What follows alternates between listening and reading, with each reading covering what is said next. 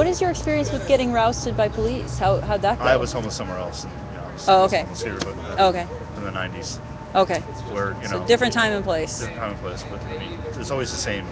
You always encounter that no matter where you are. Did you get sleep deprived? But yes, I mean, I well, mean, I don't how? know if they do that intentionally, but I mean, you end up in a place where you're not wanted, basically, and they rouse you and tell you to move. So, I mean, which is being where you're not wanted somewhere that's visible. So that's one of the Normally things here, that there's we're like, okay, I was homeless in San Diego. That you could not do this in San Diego. They would not allow right. that at all. Right. This is a safe place for people. It's got It's lit. cameras. It's got light. It's got security. It's It's right lit. next to cops. It's lit. Yeah. And there's a community of people who are looking out for one another. And it is. I mean, I really think people should start to think about this as really being, this is a window into what's going on all over the U.S. I mean, it's not going to just go away. My understanding is foreclosures are starting to go back up. So Oh, jeez. when you get foreclosed on, this becomes a possibility, and everybody needs to think about what it's like to live like this. It's not. Back in the days when I was homeless, there's really no such thing as bottled water, and I remember going from business to business just trying to get a cup of water, offering to pay for it even, and people saying no because I walked in and obviously I wasn't clean, and it wasn't, I didn't look squeaky clean, and they just turned me away. No, I'll pay for the water. No, business after business after business. Not just sell me a cup of water. Wow. Those are the little things that you have to deal with. How do you Yeah. wash your clothes? How do you, Right. you have to be able to sleep. You have to be able to sleep. You Right. can't walk around for 24 hours. Right. Where are you going to go? You've got to sleep. So, and there's not the shelters are not the kind of place that everybody's going to be comfortable being for a lot of different reasons. Like. Maybe you have the issues with being close to other people, claustrophobic. There are a lot of reasons good reasons that you may not want to be in those shelters. You don't have the money you don't have the ability to get a hotel room.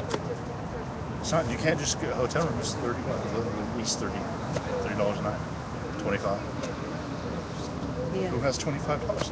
Right. Right. That's a lot of money. If a person had $30, That's a lot of money.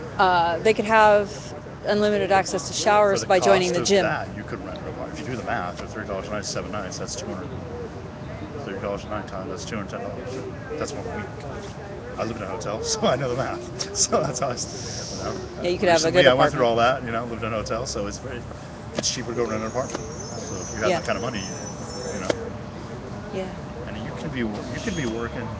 You can have a part-time job, 20 hours a week, But you, $10 an hour. You the will not be making enough. bitterness or disrespect for, oh boy, disrespect for certain rules, um, not paying attention to some of the niceties of, I guess, the kinds of things you let go of when you're backpacking. You just go, oh hell, forget about it. I remember when I used to go backpacking, my mom used to put makeup on. Okay, that didn't last. That was a joke Something. later, but I mean, there's just things where you just get real and say, okay, let's just have a decent life instead of trying to pretend like we're about to go to a mall. But that kind of real, kind of natural human existence or whatever, uh, I don't know. That's kind of an effect of being out here. People seem less to have less pretenses. There's a lot less. Yeah, you can't. There. You're not trying to hide things. When your problems, you don't necessarily feel like you can cover those problems up. And that part of this has been kind of a cultural, I don't know, freedom for me, but it also makes me feel like there's a little bitterness. Like people who've had real serious hardships are telling me about bitterness toward those businesses or people walking around drinking their lattes or whatever, just a Yeah, general. because those people. I mean, there's a lot of people out there that they maybe don't want to try to understand. Really, I'll explain that to you. I think I can explain that to you. It's really fear. The person who works in one of these office buildings right here every day, looks down here, doesn't want to be that. But they're just a paycheck away. I'm just a paycheck away. I'll tell you that right now. I'm just one paycheck away from that. Right. That's the reality. I mean, I pay Yeah, I'm saving my all these spot. things. All these things I do. Yeah, exactly. There's a spot for me right there. And probably 80% of Americans fall in that category. We don't have savings. So nobody has Yeah, nobody has Have you anything. seen It's gone. Have you seen Vigil We all know TV that 30 to interviews? 40% of the average middle class household in the last 3 years has lost 30 to 40% of its net earnings.